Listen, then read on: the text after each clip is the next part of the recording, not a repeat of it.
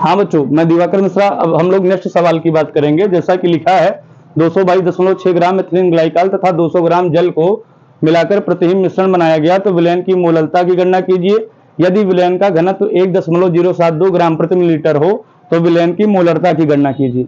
तो यहाँ पे 200 अगर हम लोग हल करेंगे सवाल को, तो 222.6 ग्राम जो एथिलीन ग्लाइकॉल है, इसका फार्मूला होगा C2H4OH का होल ट्वाइस। ये किसका कार्य करेगा? ये कार्य करेगा विलेय का।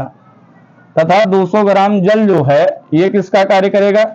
200 ग्राम जल कार्य करेगा विलायक का। जल की मात्रा चाहे कम हो चाहे जल की मात्रा क्या हो, ज्यादा हो, ये सभी परिस्थितियों में किसका कार्य करता है? विलायक का कार्य करता है, क्योंकि इसका परावैद्युतांक सर्वाधिक होता है, 80 या 81 होता है। अब हम लोग बात करेंगे मोललता बराबर होता है विलेय के मोलों की संख्या। तो विलेय है कौन? NC2H4OH का होल ट्वाइस बटे विलायक की किलोग्राम में मात्रा। यदि ग्राम में है, जैसे यहाँ पे ग्राम में है, तो ग्राम को किलोग्राम में चेंज करने के लिए कितने से गुणा कर लेंगे? 1000 से गुणा कर लेंगे। अब निकालेंगे एथिलीन ग्लाइकॉल के मोलों की संख्या, NC2H4OH का होल ट्वाइस। तो N बराबर होता है, मोलों की संख्या बराबर होगा विलेय की ग्राम में मात्रा, जो कि है कितना? 222.6 ग्राम बटा अणुभार। तो एथिलीन ग्लाइकॉल का सूत्र होता है C2H4OH का होल ट्वाइस। तो इसका अणुभार निकालोगे तो कार्बन का 12, 12 दूना कितना हो जाएगा? 24। हाइड्रोजन का 1 चौको 4, 24 यार कितना हो जाएगा? 28 हो जाएगा। जबकि ऑक्सीजन का, एक ऑक्सीजन का 16 और एक हाइड्रोजन का 1, 16 कितना हो जाएगा? 17 दूना कितना हो जाएगा? 34। 8 4 12, 3 2 5 कितना हो जाएगा? 6, 62 हो जाएगा। 62 ग्राम मोल इनवर्स। जब इसको आप लोग भाग करोगे तो जो मोलों की संख्या आएगी NC2H4OH का होल ट्वाइस, वो आएगा 3.59। कितना आएगा? 3.59 मोल इनवर्स ऊपर जाएगा, आ जाएगा मोल। तो ये एथिलीन ग्लाइकॉल के मोलों की संख्या आ गई, 3.59 आ गया। अब हम लोग बात करेंगे मोललता की। तो मोललता बराबर होता है विलेय के मोलों की संख्या, जो कि जब 222.6 ग्राम को 62 ग्राम मोल इनवर्स से भाग किया जाएगा तो 3.59 मोल आएगा। 3.59 मोल बटे विलायक की मात्रा। अब ग्राम में दिया है तो ग्राम को किलोग्राम में चेंज करने के लिए 1000 से क्या कर दिया गया? गुणा कर दिया गया। 2 जीरो से क्या कर जाएगा? 2 जीरो। अब 10 का गुणा करोगे 3.59 में तो 0.1 अंक कहां चला जाएगा? पीछे। तो 35.9 बटा हो जाएगा 2। और मात्रक क्या है? मोल प्रति किलोग्राम। ये मोललता बराबर आ गया 35.9 बटा 2 मोल प्रति किलोग्राम। जब इसको आप लोग डिवाइड करेंगे तो मोललता बराबर आ जाएगा 2 एकम हो जाएगा 2। अब इधर एक बचा, इधर जाएगा 15 हो जाएगा। 2 सते कितना हो जाएगा? 14 हो जाएगा। अब इधर 19 हो गया। 2 नवा कितना? अब 2 सते 14, तो एक हासिल गया 19 हो गया। तो 2 नवा हो जाएगा 18। तो मोललता आ जाएगा 17.9 मोल प्रति किलोग्राम। कितना हो जाएगा? 17.9 मोल प्रति किलोग्राम। ये आ गया आपका मोललता आ गया। नोट करिए बच्चों। हाँ बच्चों, अब हम लोग मोलरता की बात करेंगे। तो मोलरता बराबर होता है विलेय के मोलों की संख्या। विलेय के मोलों की संख्या, इसको हम लोग N विलेय लिख दे रहे हैं। समझ जाना कि N विलेय का मतलब होगा विलेय के मोलों की संख्या बटे विलयन का आयतन। किसमें? लीटर में। अगर मिलीलीटर में दिया होगा विलयन का आयतन तो 1000 से गुणा कर देंगे, वो किसमें आ जाएगा? लीटर में आ जाएगा। तो विलेय के मोलों की संख्या हम लोगों को पता है अभी कितना आई है? 3.59 आई है। ये किसके मोलों की संख्या आई है? विलेय के मोलों की संख्या आई है 3.59 मोल। विलेय था कौन? एथिलीन ग्लाइकॉल C2H4OH का होल ट्वाइस। ये विलेय था हमारा जिसके मोलों की संख्या आई थी 3.59 मोल आई थी। अब बात करेंगे आयतन की। तो विलयन का आयतन कैसे निकालेंगे? हम लोगों को पता है कि सवाल में दिया गया है विलयन का घनत्व। घनत्व बराबर होता है द्रव्यमान बटा आयतन। ये किसका घनत्व दिया गया है? विलयन का घनत्व। और ये द्रव्यमान किसका? भाई विलयन का द्रव्यमान। विलयन का घनत्व हो गया, ये विलयन का क्या हो गया? द्रव्यमान हो गया। ये विलयन का क्या हो गया? घनत्व हो गया। और ये विलयन का क्या हो गया? आयतन। तो हमको घनत्व पता है, विलयन का अगर द्रव्यमान निकाल ले जो कि दिया गया है तो आयतन निकाल सकते हैं। कैसे निकालेंगे भाई? विलयन का द्रव्यमान बराबर होता है विलयन का द्रव्यमान बराबर होता है विलेय का द्रव्यमान प्लस किसका द्रव्यमान, विलायक का द्रव्यमान। और विलेय कौन है, एथिलीन ग्लाइकॉल C2H4OH का होल ट्वाइस का द्रव्यमान। ये किसका कार्य कर रहा है, विलेय का कार्य कर रहा है। ये हमारा क्या है, एथिलीन ग्लाइकॉल विलेय है, प्लस किसका द्रव्यमान, प्लस विलायक, विलायक बोले तो जल का द्रव्यमान, विलायक बोले तो किसका द्रव्यमान, जल। और जल किसका कार्य कर रहा है, विलायक का कार्य कर रहा है। अगर बात करें एथिलीन ग्लाइकॉल का, तो एथिलीन ग्लाइकॉल है कितना, 222.6 ग्राम, प्लस जल कितना है 222.6 ग्राम, प्लस जल है 200 ग्राम। जब इसको जोड़ेंगे तो आएगा 422.6 ग्राम। विलयन का द्रव्यमान आ गया 422 कितना ग्राम, 6 ग्राम। अब हमें विलयन का द्रव्यमान पता है, तो आयतन निकालना है, तो घनत्व बराबर होता है द्रव्यमान बटा आयतन। तो आयतन बराबर क्या हो जाएगा, द्रव्यमान बटा घनत्व। द्रव्यमान कितना है 422.6, कितना है 422.6 ग्राम। ये विलयन का क्या दिया गया है, द्रव्यमान। और घनत्व कितना दिया गया है, घनत्व दिया गया है 1.072 ग्राम प्रति मिलीलीटर। ग्राम से क्या कट जाएगा, ग्राम। जब इसको आप लोग भाग करेंगे तो गुणा तथा भाग करने पे ये आएगा 394.2। गुणा तथा भाग जब करोगे आप लोग तो आएगा 394.2, और मिलीलीटर कूद के कहां चला जाएगा, ऊपर। इस तरीके से विलयन का आयतन आ गया। अब हमको विलेय के मोलों की संख्या भी पता है और विलयन का क्या पता है, आयतन भी पता है। तो मोलरता बराबर हो जाएगा विलेय के मोलों की संख्या। विलेय के मोलों की संख्या है 3.59 मोल। कितना पता है बच्चों, 3.59 मोल। ये विलेय के मोलों की संख्या पता है, जो कि कौन था, एथिलीन ग्लाइकॉल। और विलयन का आयतन यहाँ पे मिलीलीटर में है, तो मिलीलीटर को जब लीटर में चेंज करेंगे तो यहाँ पे कितने से गुणा कर देंगे, 1000 से गुणा कर देंगे।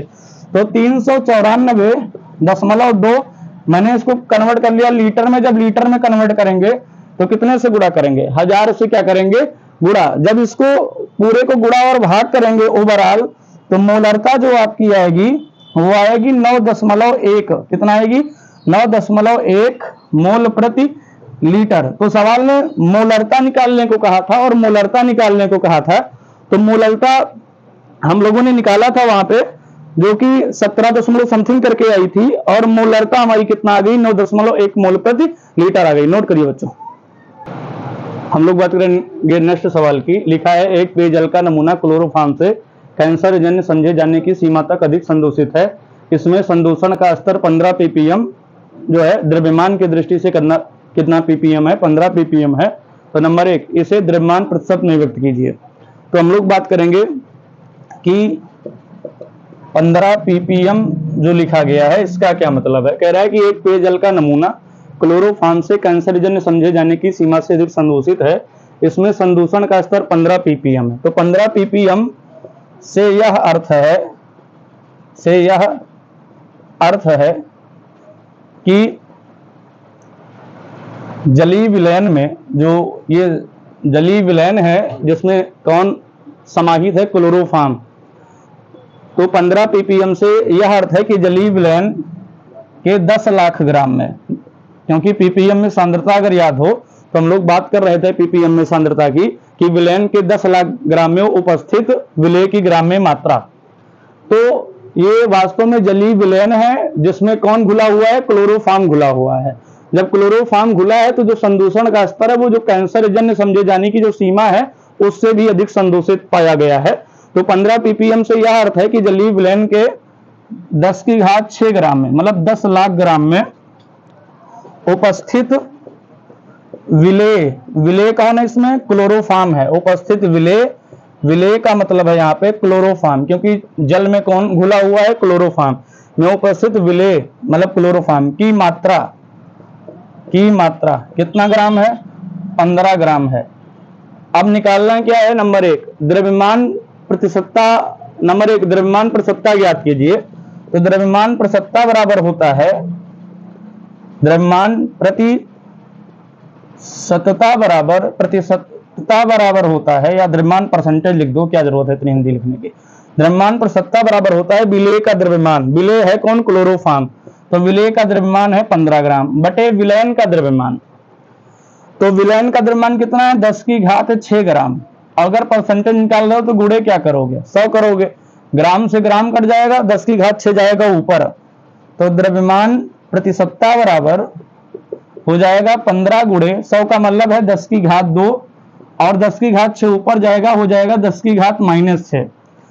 फिर 10 की घात -6 में जब 10 की घात 2 जुड़ेगा तो द्रव्यमान प्रतिशतता बराबर आएगा 15 गुणे 10 की घात -4। इसको आप लोग और क्या लिख सकते हो? द्रव्यमान प्रतिशतता बराबर 1.5 गुणे 10 की घात -3 भी लिख सकते हो। विलेय का द्रव्यमान था 15, विलयन का था 10 की घात 6, ग्राम से ग्राम कट गया, गुणे परसेंटेज में 100 गुणे 100 किया जाता है। 10 की घात 6 ऊपर गया, कितना हो गया? 10 की घात -6 गुणा करने पर घातें आपस में जुड़ती हैं, 2 में -6 जुड़ जाएगा, कितना आएगा? -4 आएगा। तो द्रव्यमान प्रतिशतता बराबर कितना हो गया? 1.5 गुणे 10 की घात कितना हो गया? -3 हो गया। प्रिंट करो भाई। हाँ बच्चों, अब हम लोग मोललता निकालेंगे। मोललता बराबर होता है विलेय के मोलों की संख्या। मोललता बराबर होता है विलेय के मोलों की संख्या बटे विलायक का किलोग्राम में भार, बटा विलायक का किलोग्राम में भार। अगर विलायक का भार ग्राम में होगा तो उसको किलोग्राम में चेंज करने के लिए कितने से गुणा करेंगे?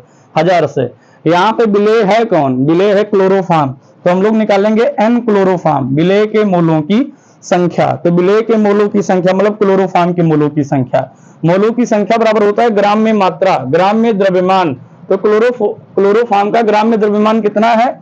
15 ग्राम है। हमने पढ़ा है अभी कि भैया विलयन के 10 लाख ग्राम में उपस्थित जो है विलेय की मात्रा, तो विलेय की मात्रा 15 ppm का मतलब है विलेय की मात्रा कितना ग्राम है? 15 ग्राम है। बटे अब क्या होगा? मोलों की संख्या बराबर ग्राम में द्रव्यमान बटे अणुभार। तो क्लोरोफॉर्म का जब अणुभार निकालोगे तो आएगा 119.5 ग्राम मूल इनवर्स। ग्राम मूल इनवर्स निकाल लेना। कार्बन 12, हाइड्रोजन का 1 12 1 13, सीएल का होता है 35.5, 3 से करोगे गुणा, 3 पजे 15, 3 पजे 15 1 16, 3 त्रिका 9, एक कितना हो जाएगा? 10। 106.5 और 13 को जब जोड़ोगे तो कितना आ जाएगा? 119 कितना आ जाएगा? 5 आ जाएगा। ग्राम से कटेगा ग्राम। जब इसको एन क्लोरोफॉर्म निकालोगे, जब करोगे गुणा और भाग, तो यह आएगा 0.125। कितना आ जाएगा? 0.125। मूल इनवर्स ऊपर जाएगा, क्या हो जाएगा? मूल। तो मैंने क्लोरोफॉर्म का मोलों की संख्या निकाल लिया जो कि 0.125 मोल आया है। अब क्या निकालेंगे? मोललता निकालेंगे। मोललता बराबर विलेय के मोलों की संख्या जो कि है 0.125 मोल है। फिर विलायक का, यहां पे अगर ग्राम में भार होगा तो 1000 से गुणा करेंगे। तो विलायक का भार कैसे निकालेंगे? हम लोगों को पता है कि विलयन का द्रव्यमान जो कि कितना था? 10 की घात 6 ग्राम। लिख दे रहे हैं एक बार। विलयन का द्रव्यमान बराबर होता है विलेय का द्रव्यमान। विलयन का द्रव्यमान बराबर होता है विलेय का द्रव्यमान प्लस किसका द्रव्यमान? विलायक का द्रव्यमान। तो हमें विलयन का द्रव्यमान भी पता है और विलेय का द्रव्यमान भी पता है, तो विलायक का द्रव्यमान भी पता होगा। विलयन का द्रव्यमान है 10 की घात 6 ग्राम बराबर विलेय का द्रव्यमान है 15 ग्राम प्लस विलायक का द्रव्यमान। जब 10 की घात 6 मतलब 10 लाख में से 15 घटाएंगे तो आएगा 9,99,900 कितना आएगा? 85 ग्राम आ जाएगा। तो यहाँ पे जो विलायक का द्रव्यमान है वो 9,99,900 कितना ग्राम है? 85 ग्राम है। ये किसका द्रव्यमान हो गया? विलायक का द्रव्यमान हो गया। तो मोललता बराबर होता है विलेय के मोलों की संख्या जो कि 0.125 है। अब यहाँ पे विलायक का द्रव्यमान 9,99,985 ग्राम में है, तो किलोग्राम में जब इसको चेंज करेंगे तो 1000 से क्या करेंगे? गुणा करेंगे, तो 1 किलोग्राम में चेंज हो जाएगा। जब आप लोग इसको गुणा और भाग करोगे तो जो मोललता आपकी आएगी वो आएगी 0.00012 करके आएगी। 0.00012 मोल प्रति किलोग्राम, जिसको मोलल भी लिखा मिलेगा। तो मोलल, जिसको मोलल भी कहते हैं, तो मोललता आ गई 0.0012 मोल प्रति किलोग्राम आ गई। नोट करो बच्चों। एक छोटा सा सवाल है कि 100 ग्राम विलायक में विलेय का 1/10 मोल घुला है, तो विलयन की मोललता की गणना कीजिए। बहुत आसान सवाल है, लेकिन ऐसे भी सवाल यूपी बोर्ड के एग्जाम में बहुत पूछे जाते हैं। तो मोललता बराबर होता है विलेय के मोलों की संख्या। मोललता बराबर होता है विलेय के मोलों की संख्या, n विलेय हो गया, विलेय के मोलों की संख्या बटे विलायक का किलोग्राम में भार, यदि विलायक का भार ग्राम में दिया है तो किलोग्राम में चेंज करने के लिए हम लोग जो है कितने से गुणा करेंगे, 1000 से गुणा कर देंगे। विलेय के मोलों की संख्या बटे विलायक का, अगर ग्राम में भार दिया है तो हम लोग 1000 से गुणा कर देंगे, ग्राम किस में चेंज हो जाएगा, किलोग्राम में। सबको पता है कि 1 किलोग्राम में होता है 1000 ग्राम, तो अगर ग्राम में कोई चीज दिया है तो 1 ग्राम में कितना हो जाएगा, 1 किलोग्राम बटा 1000 हो जाएगा। तो जब बटा 1000 होगा, 1000 कूद कहां चला जाएगा, ऊपर चला जाएगा। तो मोललता बराबर हो गया विलेय के मोलों की संख्या बटा W गुणे 1000। ये कब किया जाएगा, जब जो विलायक की मात्रा है वो किसमें दी होगी, ग्राम में। जब 1000 से गुणा करोगे ग्राम किसमें चेंज हो जाएगा, किलोग्राम में। तो मोललता बराबर आ गया विलेय के मोलों की संख्या जो कि 1/10 मोल है। कितना मोल है, 1/10 बटे विलायक की ग्राम में मात्रा दी है 100, हमने 1000 से गुणा कर दिया है तो ये किसमें चेंज हो गया, किलोग्राम में। अब 10 किसके पास आ जाएगा, 100 के पास। तो मोललता बराबर हो जाएगा ऊपर भी 1000 और नीचे भी कितना हो जाएगा, 1000 हो जाएगा। 1000/1000 मोल प्रति किलोग्राम। 1000 से जब 1000 कट जाएगा तो ये जो मोललता है वो कितना आ जाएगी, मोललता बराबर 1 मोल प्रति किलोग्राम, जिसको हम लोग क्या बोलते हैं, 1 मोलल बोलते हैं। मोललता बराबर आ जाएगा 1 मोलल। इस तरीके से भी लिख सकते हैं। तो इस तरीके से आप मोललता निकाल सकते हैं, नोट करिए भाई। हाँ बच्चों, एक सवाल है 0.25 नॉर्मल ऑक्जेलिक अम्ल विलेन की मोलरता ज्ञात कीजिए। अब यहाँ पे नॉर्मल का मतलब है कि नॉर्मलता दिया हुआ है, यहाँ पे नॉर्मलता दिया हुआ है और आपसे मोलरता पूछ रहा है। नॉर्मलता देके मोलरता पूछ रहा है। हम लोग संबंध पढ़े हैं, क्या पढ़े थे, एस बराबर, ये ग्राम प्रति लीटर सांद्रता और मोलरता में संबंध था। एस क्या थी, ग्राम प्रति लीटर में, ग्राम प्रति लीटर में सांद्रता, ग्राम प्रति लीटर में सांद्रता था यस। ये यम क्या था, मोलरता था। और ये छोटा वाला यम क्या था, अणुभार था। तो हमने ग्राम प्रति लीटर सांद्रता और मोलरता में संबंध पढ़ा था, एस बराबर capital M into small M. और हमने संबंध पढ़ा था एस बराबर एन इंटू ई। यस क्या था, ग्राम प्रति लीटर सांद्रता, एन क्या था, नॉर्मलता, ई क्या था, तुल्यांकी भार। ई कौन सा भार था, तुल्यांकी भार। इसको मैंने मान लिया इक्वेशन फर्स्ट, इसको मान लिया इक्वेशन सेकंड। तो जो रिलेशन निकल के आया मोलरता और नॉर्मलता में, वो आया capital M into small M. Capital M into क्या, small M. Capital M into small M बराबर आया एन गुणे इक्विवेलेंट मास आ गया। इसको ईएम से दिखा दो, इक्विवेलेंट मास मतलब तुल्यांकी भार। फिर मैंने बोला था तुल्यांकी भार क्या होता है, तुल्यांकी भार होता है इक्विवेलेंट मास बराबर अणुभार, और अणुभार को यहाँ पे मैंने छोटे एम से दिखाया है, आब्लिक धनायन या ऋणायन की संख्या, जिसको धनायन या ऋणायन की संख्या लोग अम्लता क्षारकता भी बोलेंगे। तो धनायन या ऋणायन की संख्या, या इसी को बोल सकते हो संयोजकता, धनायन या ऋणायन की संख्या या संयोजकता भी हम लोग कहते थे। तो मोलरता इंटू अणुभार बराबर हो गया नॉर्मलता गुणे तुल्यांकी भार बराबर अणुभार बटे धनायन या ऋणायन की संख्या को मैंने बोल दिया संयोजकता, जिसको दिखा दिया एन फैक्टर से। एन फैक्टर का मतलब संयोजकता से है। अणुभार से क्या कट जाएगा, अणुभार। मोलरता इंटू एन फैक्टर बराबर आ गया नॉर्मलता। तो ये हो गया रिलेशन जो कि हम लोगों को पता होना चाहिए। तो सवाल कह रहा है कि 0.25 नॉर्मल ऑक्जेलिक अम्ल। ऑक्जेलिक अम्ल क्या होता है, COOH सिंगल बॉन्ड COOH, ये है ऑक्जेलिक अम्ल। तो ऑक्जेलिक अम्ल COOH सिंगल बॉन्ड COH है। अब हमें निकालना है मोलरता। तो मोलरता बराबर हो जाएगा एन फैक्टर। एन फैक्टर का मतलब है संयोजकता।